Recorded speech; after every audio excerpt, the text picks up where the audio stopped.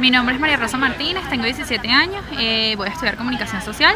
¿Y por qué estudiar o seguir estudiando en medio de la situación del país? Bueno, porque nosotros somos el futuro del mismo, no hay que perder las esperanzas y en cualquier momento esto va a mejorar y nosotros seremos los que vamos a sacar adelante el país. Esta voz representa a las nuevas generaciones que pese a la crisis siguen apostando por quedarse en Venezuela para formarse como profesionales. Sin negar la realidad de las carencias socioeconómicas de las que nadie escapa, el testimonio de esta joven universitaria confirma que son muchos los que están dispuestos a sacrificarse y luchar para conseguir sus metas académicas y personales. Y ante esto, el rol de las universidades debe ser el de seguir con las puertas abiertas y mantenerse de pie como un espacio de encuentro donde los distintos miembros de la comunidad converjan para enfrentar la crisis y detener la fuga de talentos que padece nuestro país. Por eso, en este inicio de año académico, desde Universate hacemos votos para que cada día más jóvenes puedan contar con una Venezuela de oportunidades y crecimiento. Les saludamos Efraín Castillo y Tamara Sluznis. Y esta es una nueva emisión de nuestro programa Universate, las voces de la Universidad Venezolana, transmitido a nivel nacional por el circuito Unión Radio. Este espacio es producido por Unión Radio Cultural y la Dirección General de Comunicación, Mercadeo y Promoción de la Universidad Católica Andrés Bello. En la jefatura de producción está Carlos Javier Virgües. En la producción, José Ali Linares. En los controles, Giancarlos Caraballo. Antes de comenzar, les recordamos nuestras redes sociales. En Twitter e Instagram somos @Universate Radio y nuestro correo electrónico es produccionuniversate@gmail.com. Los episodios anteriores de nuestro programa pueden ser descargados en la plataforma iVoox. Allí somos Producción Universate. También pueden ingresar a educavista.com y darle clic al micrositio de Universate. Y ya saben que pueden escucharnos todos los sábados a la 1 de la tarde con repetición los domingos a las 11 de la mañana a través del circuito Unión Radio Noticias a nivel nacional y por el canal 980 de DirecTV. Por lo pronto empezamos con un breve repaso por las noticias importantes del acontecer universitario venezolano. Actualidad universitaria. Comenzamos en el oriente del país, donde la directora encargada del Centro de Sismología de la Universidad de Oriente, Janet Castillo, informó que delincuentes hurtaron los equipos necesarios para registrar datos sobre movimientos telúricos, así como también la planta eléctrica de la sede. Janet Castillo agregó que tras el temblor ocurrido en la entidad el pasado 9 de septiembre, los profesionales de este centro se vieron imposibilitados de dar información oportuna sobre este fenómeno. Detalló que es la tercera vez que la delincuencia roba insumos y equipos de la institución, por lo que pidió a las autoridades policiales medidas de protección debido a la importancia del trabajo que allí se ejecuta. Y ahora nos vamos al centro del país, donde estudiantes de la Cátedra de Emprendimiento de la Universidad de Carabobo, a través de la Fundación para el Desarrollo Integral de la Comunidad, Fundeico, presentaron el proyecto Parque Temático Vitrina Ecológica, que pretende preservar los espacios naturales en la localidad de San Diego, en el estado Carabobo. Se trata de una propuesta que podría funcionar para adecuar los sistemas urbanos y afrontar el cambio climático de manera productiva, de manera que el proyecto se convierta en algo rentable. El parque estaría ubicado entre el Centro Médico Pediátrico José Gregorio Hernández y el Complejo Educativo Monseñor Luis Eduardo Enríquez en San Diego. Según la maqueta digital expuesta, la cual fue realizada por estudiantes de la Universidad José Antonio Páez, el parque contaría con 6 áreas, incluyendo cabañas ecológicas, laboratorio, estación meteorológica, vivero, mirador, además de una estación de reciclaje. Y siguiendo con la temática ecológica, en Maracaibo, estado Zulia, jóvenes universitarios realizaron este viernes 20 de septiembre una caminata en contra del cambio climático como parte de una iniciativa auspiciada desde la ONU Medio Ambiente en todo el mundo para llamar la atención sobre el tema del cambio climático. La protesta fue efectuada en conjunto por miembros del movimiento estudiantil de 4 casas de estudio de esa localidad: la Universidad del Zulia, la URBE, la Universidad José Gregorio Hernández y la Universidad Rafael Urdaneta. Los jóvenes, que se motivaron por el trabajo que viene efectuando el movimiento internacional Fridays for Future, entregaron ante el Consejo Legislativo del Estado Zulia, CLES, un manifiesto y propuestas para mitigar el grave problema climático en la región. Es importante recordar que Fridays for Future, conocido como Jóvenes por el Clima o Huelga por el Clima, es un creciente movimiento internacional juvenil que se manifiesta para reclamar a las autoridades y entes de decisión política acciones contra el calentamiento global y a favor de la conservación del planeta. Y volvemos a Caracas, donde la Escuela de Educación de la UCAP presentó el Sistema de Evaluación de Conocimientos en Línea, CECEL, herramienta digital creada por expertos de esta escuela que permite determinar el nivel de aprendizaje de los estudiantes de bachillerato a través de una prueba virtual.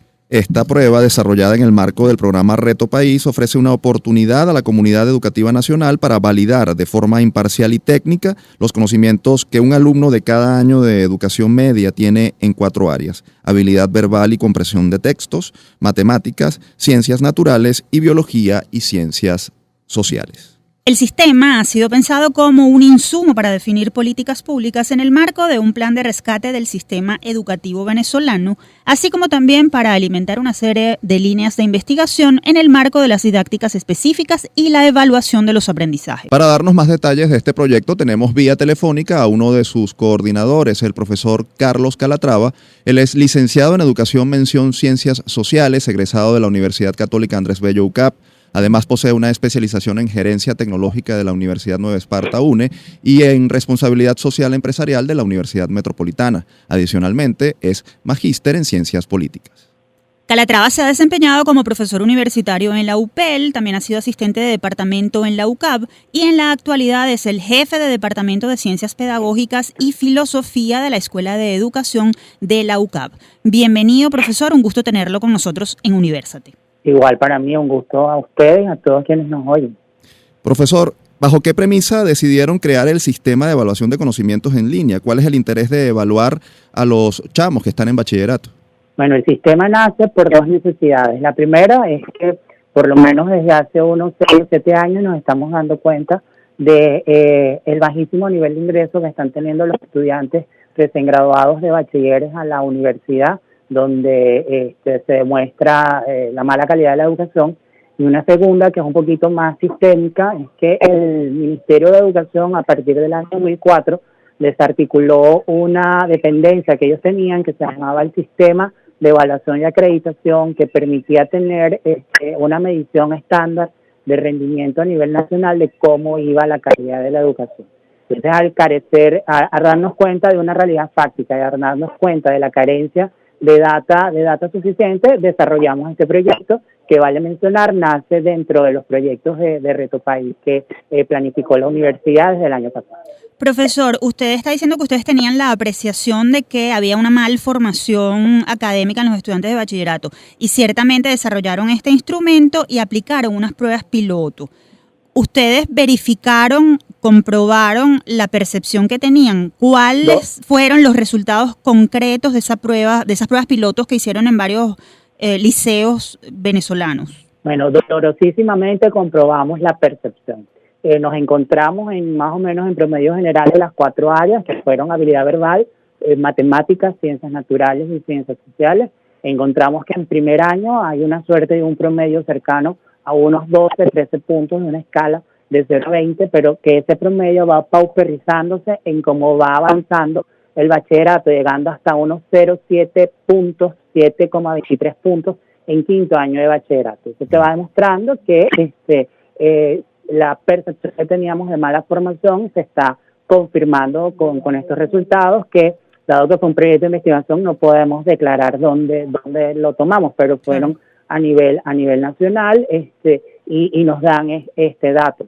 Y eso fue solamente con el pilotaje. Un pilotaje que nos da unos números que primero dan mucho dolor y segundo nos va demostrando el nivel de postración en el cual está el sistema educativo venezolano, especialmente el nivel de educación media. ¿Qué esperan hacer en las próximas etapas de aplicación de este sistema de evaluación de conocimientos en línea? ¿Cuáles son los próximos pasos? Porque entendemos que esto debe tener algún objetivo ulterior, ¿no? Sí, bueno, mira, a partir de esta semana el sistema ya está disponible en línea para, desde la página web de la Escuela de Educación, está el vínculo al sistema en línea con su descripción y las pruebas de las 5 pruebas, una de cada año por las 4 áreas para que cualquier persona pueda tomar los exámenes y pueda ver su comportamiento y su rendimiento.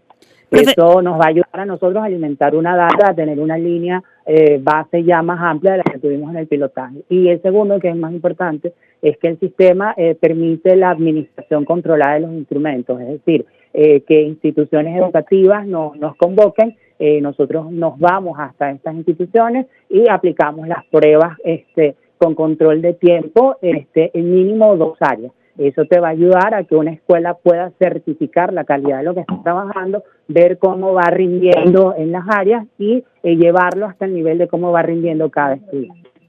Una vez que tengan los resultados de esas pruebas pilotos que entendemos, como nos ha dicho, que son accesibles para colegios y todos aquellos alumnos de bachillerato que quieran aplicarla, ¿qué van a hacer ustedes con esos resultados? ¿Qué propuestas y a quién las van a elevar? Bueno, el sistema primero lo que nos va a dar es una data que va a sostener cualquier análisis sobre la calidad del sistema educativo, ya no declarativo, ya no de percepción, ya no de lectura de documentos, ni de posibilidad analítica de lo que pueda estar planteándose pues el Ministerio de Educación, sino ya con datos que nos diga el nivel en que nos estamos encontrando. Este sistema va a ayudar también a que el país pueda ir calibrándose con los países de la región que nos interesa, la región andina y Suramérica, y evidentemente a partir de aquí la data la podemos poner a disposición para cualquier construcción de políticas educativas serias, eficientes y de calidad que traten de voltear y de cambiar un poquito el escenario que nos estamos encontrando con el sistema. Profesor, ¿puede repetirnos a través de qué página pueden los interesados ingresar para aplicar esta prueba y por cuánto tiempo va a estar disponible? Bueno, mira, deben ingresar a la página web de la UCAP, www.ucap.edu.be, y ahí buscan la Escuela de Educación, el site de la Escuela de Educación, y ahí se van a encontrar el vínculo al sistema, que como un proyecto que nace en la universidad debemos preservar esa ruta institucional. Okay. Y las pruebas van a estar disponibles durante 3 semanas para ir tomando data. Nosotros en este momento cerramos esta etapa, hacemos un cambio de las pruebas porque puede aparecer cualquier persona como existe en la web que puede resolverlas y decir estas son las respuestas y pueden contaminar la toma de data e información y quitarnos validez en ese sentido. Entonces cerramos en 3 semanas, hacemos un primer corte y luego progresivamente en el año escolar vamos a ir cambiando las pruebas y haciendo convocatorias para la toma de los exámenes. Muchas gracias, profesor Calatrava, por darnos información sobre esta interesantísima propuesta que trae la Escuela de Educación de la UCAP a todo el colectivo educativo nacional sobre un área tan importante como es el nivel y calidad de aprendizaje de los estudiantes de educación media. Escuchaban al profesor Carlos Calatrava, jefe del Departamento de Ciencias Pedagógicas de la Escuela de Educación de la UCAP y uno de los coordinadores del Sistema de Evaluación de Conocimientos en Línea, CECEL, prueba virtual de análisis del aprendizaje de alumnos de bachillerato creada por la Escuela de Educación de la Universidad Católica Andrés Bello. Es la hora de hacer nuestra primera pausa en Universate. ¿Qué tenemos al regreso, Tamara? Al regreso nos acompañará desde el campus el profesor Amalio Belmonte, secretario de la UCB, quien nos hablará sobre la situación actual de esa universidad y la posición de la institución sobre la sentencia del TSJ que ordena realizar elecciones en 6 meses. Y más adelante, como lo prometido es deuda, estará con nosotros vía telefónica Jason Rivero, médico cirujano de la UDO, quien obtuvo la mejor puntuación en el examen nacional de medicina de Perú, así que no se aparte. Ya volvemos.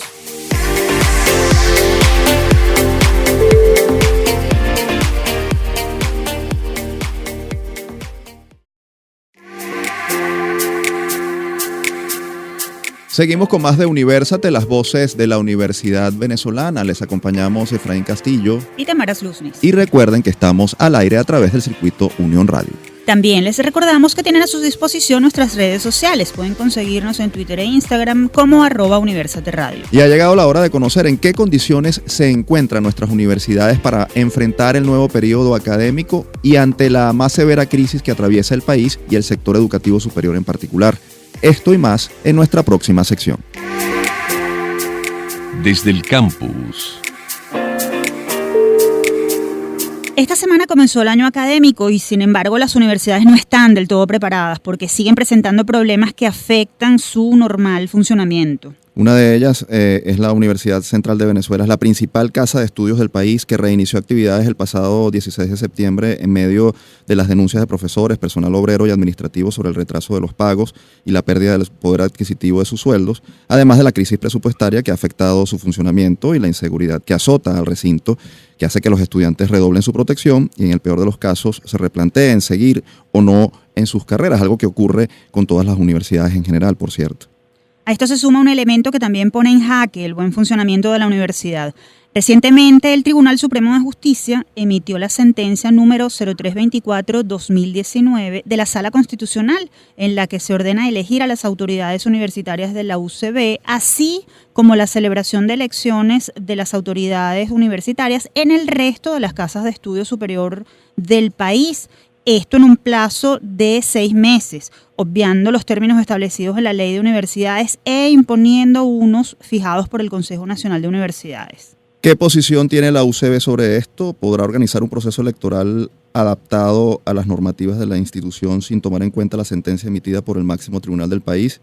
¿Puede esta acción considerarse como una violación a la autonomía universitaria? ¿Qué papel deben jugar los estudiantes en medio de esta problemática? Esta y otras interrogantes nos las responderá el profesor Amalio Belmonte, secretario de la Universidad Central de Venezuela. Él es sociólogo, egresado de la UCB, magíster cienciarium en Ciencias Políticas e Historia Contemporánea de Venezuela y doctor en Ciencias Políticas de la misma casa de estudios. Además de secretario, Belmonte se ha desempeñado como profesor titular de pregrado y posgrado, delegado profesoral ante el Consejo de Escuela de Sociología, delegado profesoral ante el Consejo de la Facultad de Ciencias Económicas y Sociales y director de la Escuela de Sociología de la UCB. Un honor tenerlo con nosotros, profesor Amalio. Bienvenido a Universate, las voces de la Universidad Venezolana. Muchas gracias, quiero saludarles a ustedes y a toda la audiencia y además felicitarles por un programa con ese perfil tan académico y tan vinculado con un asunto tan importante como es la Academia Venezolana, la Universidad Venezolana. Bien, comencemos con lo de la sentencia, que es lo más reciente, porque la crisis presupuestaria ya es endémica con respecto al trato que nos concede el gobierno, lástima que sea así. Bien, nos sorprendió mucho que durante las vacaciones judiciales, que nunca había ocurrido una decisión, hay mucha arbitrariedad en el comportamiento del Tribunal Supremo, pero nunca en este plano tan ostensible. Sin embargo, bueno, el 27, como ustedes lo han dicho, de agosto, hubo una sentencia según la cual, o con base en ella, se afecta lo que es el procedimiento para elegir las autoridades universitarias y también se afecta la composición del denominado claustro universitario. El claustro universitario es una institución viejísima compuesta por estudiantes, profesores y egresados. Los egresados se agregaron hace poco con respecto al tiempo que tiene el claustro, que tiene 1000 años. Entonces, bien, el propósito del gobierno es intentar algún resquicio por lo cual ellos poder imponer por la vía electoral, en este caso, una autoridad. Eso es imposible hacerlo, ni con la vigencia de la ley, que es lo que estamos peleando nosotros, ni con la modificación que ya ellos habían planteado en el año 2007 en la reforma constitucional, que fue rechazada. Eso mismo que está en la sentencia fue rechazada por la población venezolana cuando propuso el presidente fallecido, propuso una reforma de la Constitución y agregó eso mismo. Luego revivió eso en un proyecto de ley de universidades en el año 2010, eso mismo que está allí, que la jueza colocó, la magistrada lo que hizo fue copiar lo que estaba en el proyecto constituyente y lo que estaba en la ley de universidades que no se aprobó. Esa ley la rechazó el presidente Chávez, no sabemos por qué, pero en todo caso la rechazó. Bien, ahora revive. ¿Por qué revive ahora cuando tenemos una crisis tan terrible en Venezuela y además en una crisis que afecta a las universidades? Es un contrasentido que un gobierno busque un conflicto donde ya tiene problemas porque obviamente la situación presupuestaria, la situación de los sueldos de los profesores está en un estado realmente terrible, crítico, es decir, es una asfixia de la vida académica venezolana. Bueno, no sabemos las razones desde el punto de vista racional, pero como hay que acudir a lo irracional, pensamos que el gobierno simplemente quiere destruir la academia, quiere cerrar todos aquellos espacios donde haya libre discernimiento, donde las cosas no sean impuestas, sino que se discuten, donde cada asunto que tiene que ver con cada disciplina tiene diversas interpretaciones, porque así es el mundo académico, diverso, plural, democrático, el cultivo del espíritu, el cultivo a la razón, a la reflexión. Bien, ese tipo de instituciones no se avienen con una política de pensamiento único. Por ahí va el asunto. Claro, es irracional porque Si yo tengo problemas como lo que tiene el gobierno tan fuertes en todo el país, en salud, con la economía, con la cultura, con el ambiente, en fin, infinitos problemas, busco otro y en este caso utiliza la UCB, porque la sentencia es contra todas las universidades, pero claro, la UCB es la que está determinada para que cumpla en 6 meses y luego el Consejo Nacional de Universidades establecerá lo que ellos llaman un calendario de elecciones. Entonces comienza con nosotros, que estamos pronto a cumplir 300 años en el 2021 y nosotros los vamos a cumplir con autoridades electas democráticamente. Profesor Belmonte, régimen autoritario. Y entendemos lo que nos está diciendo, pero y tal y como se lo dijimos en la semana pasada al rector de la ULA, Mario Bonucci, la sentencia existe. ¿Qué pasa si la UCB no la acata? ¿A qué se debe atener? ¿Cuáles serían las consecuencias? Bueno, fíjese, sin duda alguna no podemos evadir, y la pregunta está bien hecha. Yo he leído todo lo que escribe el rector, que escribe profusamente y extensivamente. Está un dilema allí, sin duda. Si nosotros no cumplimos con esa sentencia, hay que decírselo al público, no podemos esconder eso. Las autoridades, las 4 autoridades que somos la rectora, los 2 vicerrectores y quien está hablando con ustedes y con la audiencia, serán destituidos. Nosotros esa situación vamos a evaluarla, porque tampoco vamos a entregar a la universidad al gobierno, ciertamente. Nosotros vamos a intentar tener un razonamiento lo más sensato posible, lo más realista posible. Claro, tenemos las acciones de tipo judicial, ya hay preparación, vamos a interponer ante la Sala Constitucional una reinterpretación de lo que está allí, una información mucho más extendida. Esas son formas que la ley nos establece. Vamos a discutir políticamente esto a lo interno de la universidad y también con otras universidades, eso incluye obviamente la ULA, que ustedes citan al doctor Bonucci. Vamos a ver si hacemos una acción conjunta de todas las universidades frente a esto. Y por supuesto los aspectos de carácter académico. Eso lo vamos a discutir. Pero no de la audiencia, y en este caso ustedes que son los entrevistadores, que tampoco vamos a ser extremistas, vamos a ir a la locura, a la irracionalidad. Nosotros vamos a evaluar en el medio de la situación más difícil. Nosotros no le vamos a entregar al gobierno de forma, indiferente los destinos de la universidad, y mucho menos esta que es muy simbólica, que tiene una referencia importante para todo el país, y es además la casa que vence la sombra no se va a dejar apagar. Bueno, eso lo vamos a evaluar, no adelanto opinión porque estamos en ese proceso, pero vamos a interponer primero lo jurídico, después lo examinamos políticamente junto con lo académico, y si hay que tomar una decisión la vamos a tomar con la mayor calma posible, pero en ningún escenario el gobierno ganaría las elecciones en el caso de la central, ni siquiera para la jefatura de una cátedra, de un departamento, un centro de estudiantes, una delegación profesoral, en alguna escuela, en ninguna parte el gobierno ha podido ganar en la UCB unas elecciones y no las va a ganar ahora de una forma o de otra. Nos dice que no va a adelantar opinión, pero aquí ha asomado que en el 2021 la Universidad Central de Venezuela tendrá nuevas autoridades rectorales electas de manera democrática. ¿Asoma usted entonces que podrían convocar un proceso electoral de acuerdo a los propios términos que establecen las leyes venezolanas? Si nosotros hicimos, desde el 2021, porque cumplimos 300 años, lo que quiero establecer es que nos lo vamos a celebrar esos 300 años que son tan importantes, con 4 personas vestidas de rojo dirigiendo, o 4 sargentos dirigiendo la Universidad Central de Venezuela. Nosotros en el periodo nuestro, no consigo otra expresión más elegante que periodo, el periodo que se nos venció, no creo que sea negativo, sino que debe haber otra más adecuada.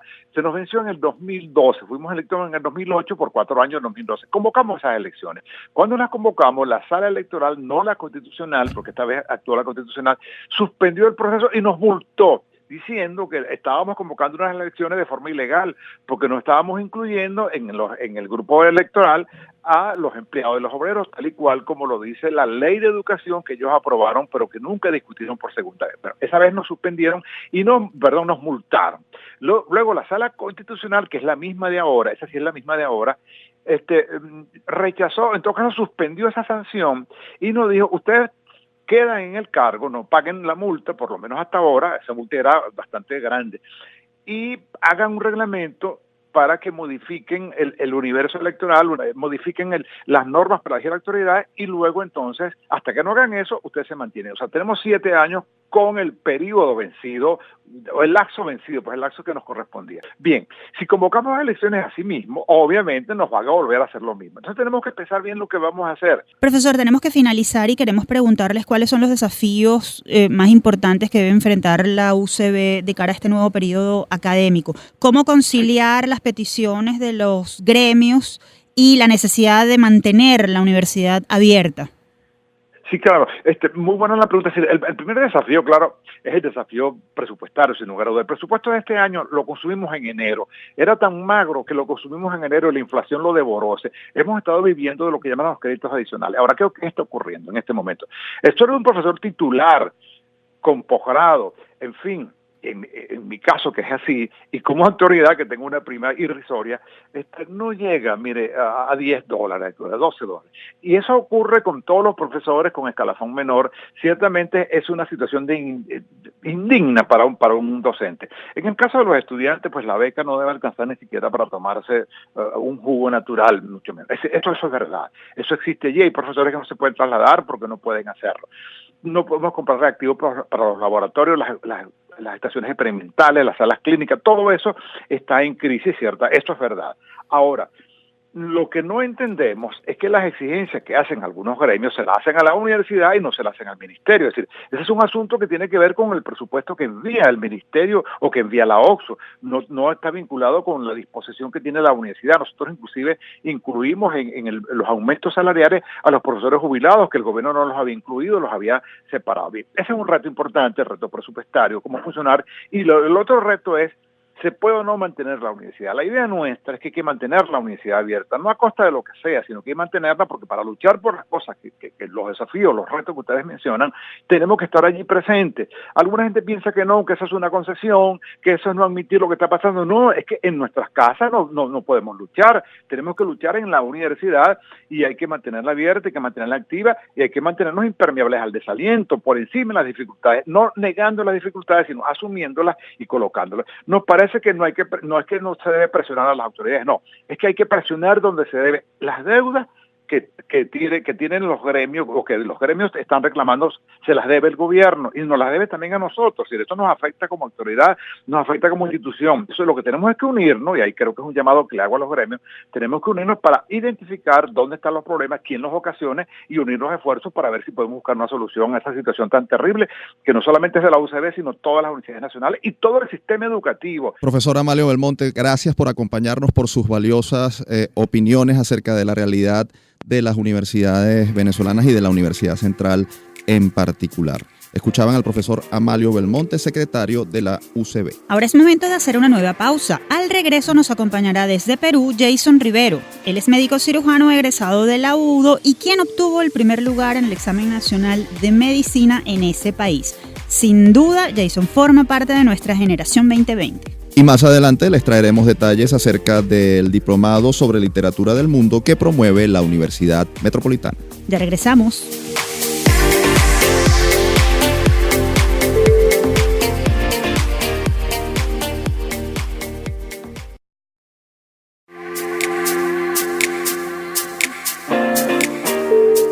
Seguimos con más de Universate, las voces de la Universidad Venezolana. Aprovechamos para recordarles que también estamos en YouTube como Universate Radio. Y ha llegado el momento de conocer más historias de jóvenes que siguen llenándonos de orgullo en nuestra próxima sección.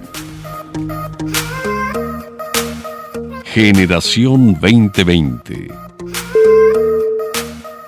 Como lo prometido es deuda, la semana anterior les comentamos que un par de venezolanos logró obtener los primeros lugares en el examen nacional de medicina de Perú el pasado 25 de agosto y nosotros pudimos conversar con Ricardo Castro, quien obtuvo el segundo lugar y nos detalló cómo recibió esta gran noticia. Sin embargo, Jason Rivero, quien logró el primer lugar con un puntaje de 16.8, no pudo comunicarse con nosotros precisamente por estar atendiendo un caso médico.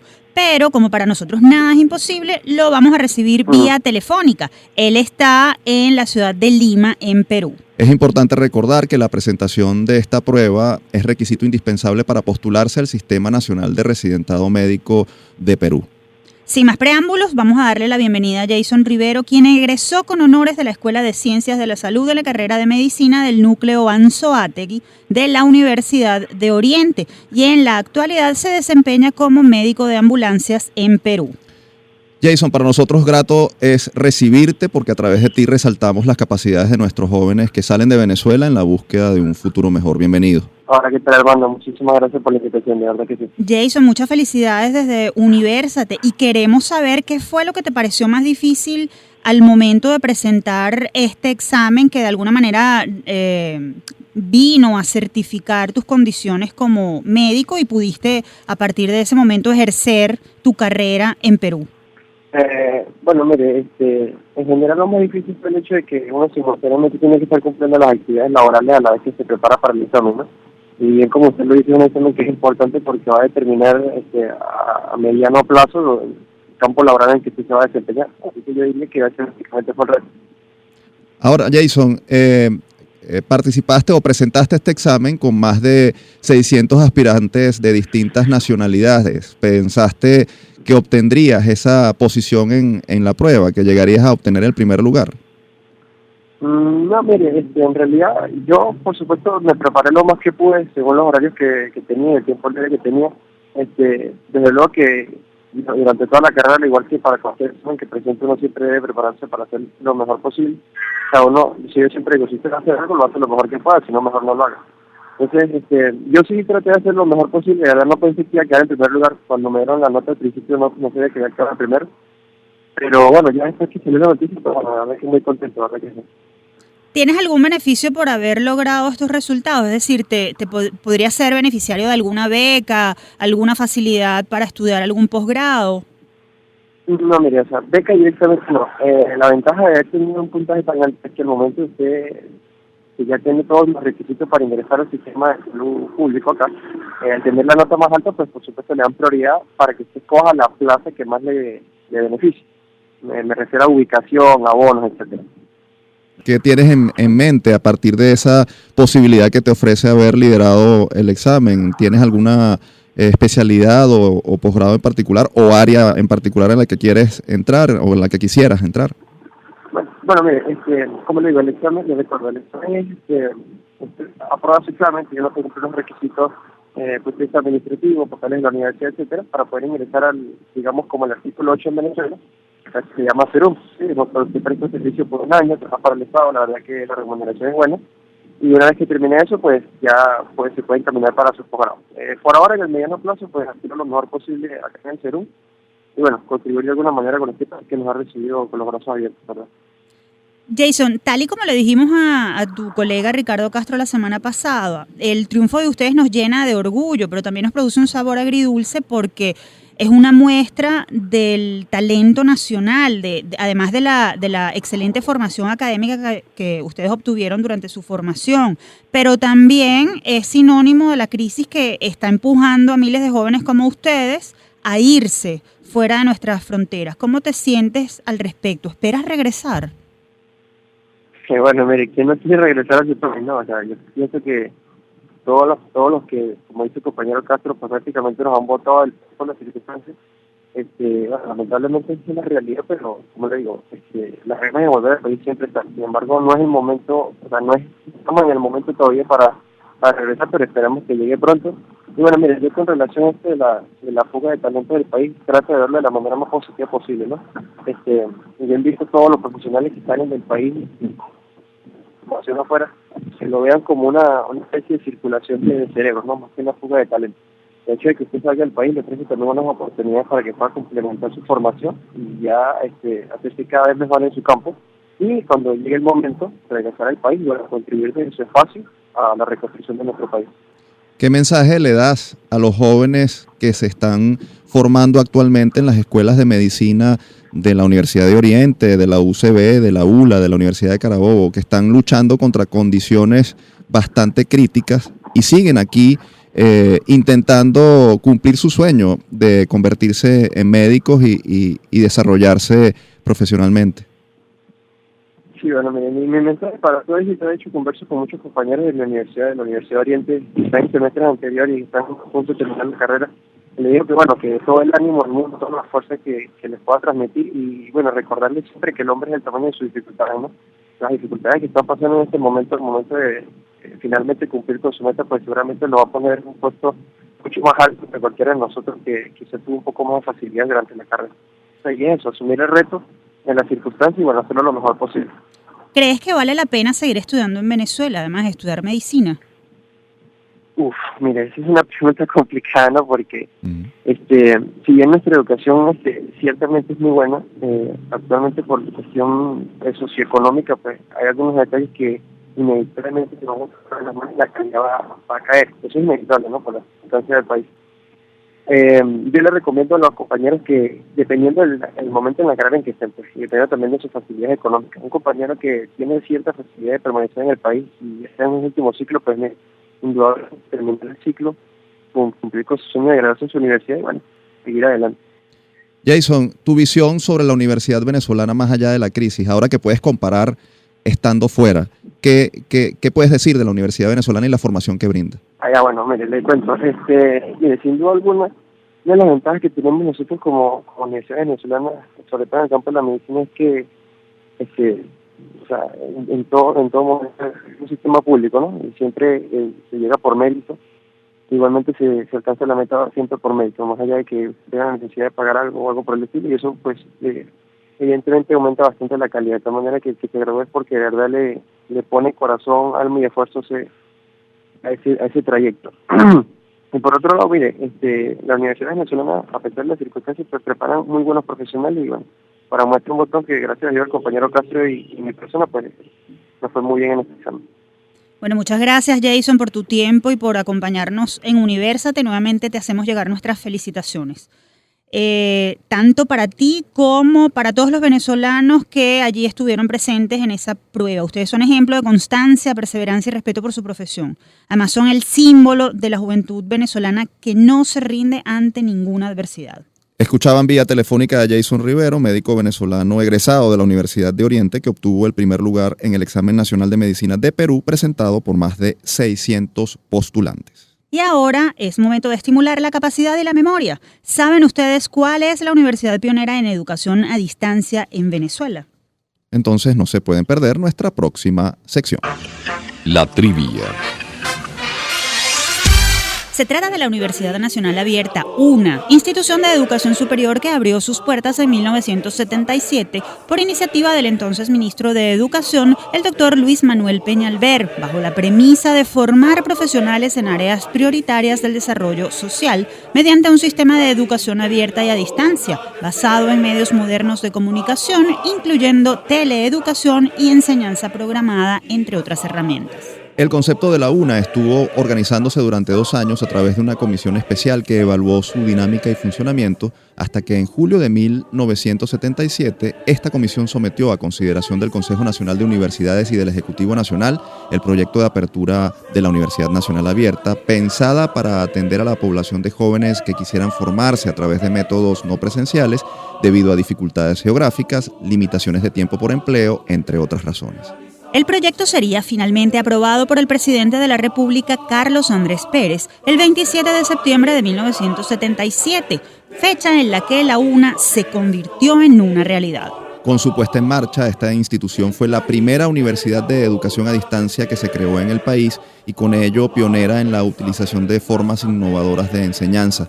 Además, la Universidad Nacional Abierta fue concebida para operar a escala nacional, con lo que logró atender a una inmensa cantidad de estudiantes de todas las regiones de Venezuela. En la actualidad, la UNA posee más de 67 sedes a lo largo de toda Venezuela y oferta carreras como Administración de Empresas, Contaduría Pública, Educación Mención Preescolar, Licenciatura en Matemáticas, Ingeniería Industrial e Ingeniería en Sistemas, entre otras. En Universate quisimos brindarle un pequeño homenaje a esta emblemática institución a propósito de que el próximo 27 de septiembre arribará a sus 42 años, tiempo en el que se ha erigido como ejemplo de constancia y dedicación, mientras quienes allí estudian son reflejo de un país que sigue dando pasos para cumplir sus metas pese a cualquier contratiempo.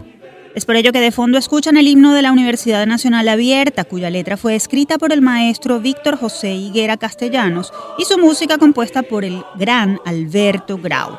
Sus versos dejan muy clara su misión, la cual sigue vigente más de 4 décadas después de su apertura. De la patria al nivel superior se convierte en derecho del pueblo y el afán de una vida mejor va trillando glorioso sendero. Sacudiendo al país sin fronteras. Importante la labor de esta institución, Tamara. De hecho, recuerdo que en los años 80, a través de la televisión nacional, era venezolana de televisión y televisora nacional, se producían, antes de que existiera internet, videos tutoriales que eran videos instruccionales producidos por la Universidad Nacional Abierta sobre distintas materias, desde matemáticas a literatura, a cualquier otro tema que fuera importante para los estudiantes a distancia que tenía esta universidad. Así que una gran labor y una gran institución a la que hay que homenajear. Ahora es momento de hacer nuestra última pausa en Universate. ¿Qué tenemos al regreso, Tamara? Al regreso nos acompañará la profesora Astrid Lander para conversar en el programa sobre el Diplomado de Literatura del Mundo que promueve la Universidad Metropolitana. Ya regresamos, sigan con nosotros. El clarín de la una despierta a tomar el saber.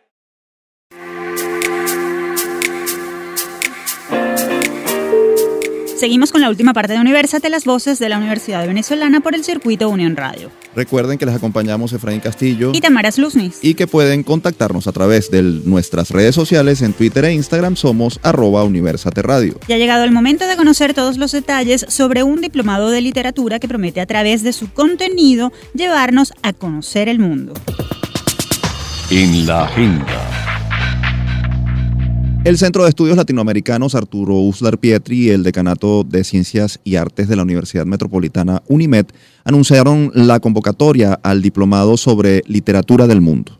Este programa, que se iniciará el próximo 1 de octubre, está dirigido a profesionales que quieran aumentar conocimientos en literatura comparada y se plantea como objetivo que sus estudiantes puedan generar un enlace entre las diferentes literaturas como un camino de entendimiento para las relaciones del mundo. El diplomado está concebido en 3 trimestres para un total de 180 horas académicas. Las inscripciones están abiertas hasta el próximo 30 de septiembre. Y para ampliarnos más sobre este interesante programa nos acompaña vía telefónica la profesora Astrid Lander. Ella es licenciada en Letras, egresada de la Universidad Central de Venezuela, UCB. Además, imparte la cátedra Lenguaje y Universalidad en el Departamento de Humanidades de la Universidad Metropolitana. Igualmente, funge como coordinadora académica del Diplomado Literatura sobre el Mundo y del Diplomado Estudios sobre la Venezolanidad. Bienvenida, profesora. Gracias por acompañarnos en Universate. Hola, ajá. Profesora, ¿cuál es el objetivo de la creación de este diplomado sobre literatura del mundo? Ok, mira, esto es una idea original de la doctora Laura Febre, y más que nada como para abarcar unas literaturas que a lo mejor no han sido tan analizadas en las escuelas de letras de las universidades nacionales. Estamos hablando, por ejemplo, de literaturas como la literatura hebrea, la literatura oriental. Recuerda que como nuestra base es la civilización occidental, sería también interesante abordar esa otra civilización oriental. Esa, por ejemplo, esa materia la da el profesor, el escritor reconocidísimo, Rafael Arraiz Lucas. Okay. La literatura hebrea, por ejemplo, la da un poeta místico, el doctor Edgar Vidaur, quien, bueno, tiene también en su currículum que es el presidente del Círculo de Escritores de Venezuela y es editor de una editorial de poesía, La Diosa Blanca. Entonces, estamos hablando de materias que son abordadas y dictadas por expertos en su campo, ¿no? Bueno, también abordamos, por supuesto, la mitología griega como la base de nuestra civilización, y así vamos.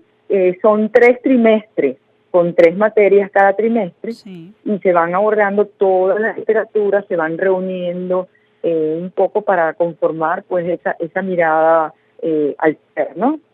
Ahora, profesora, ¿qué herramientas obtienen quienes cursan este diplomado, los profesionales que se acercan a este diplomado y participan de él? Bueno, primero el interés, que sientan, digamos, el gusto por leer, ¿no? Porque aquí se trata de profundizar en lectura que les permita visualizar cada literatura en específico, ¿no? Uh-huh.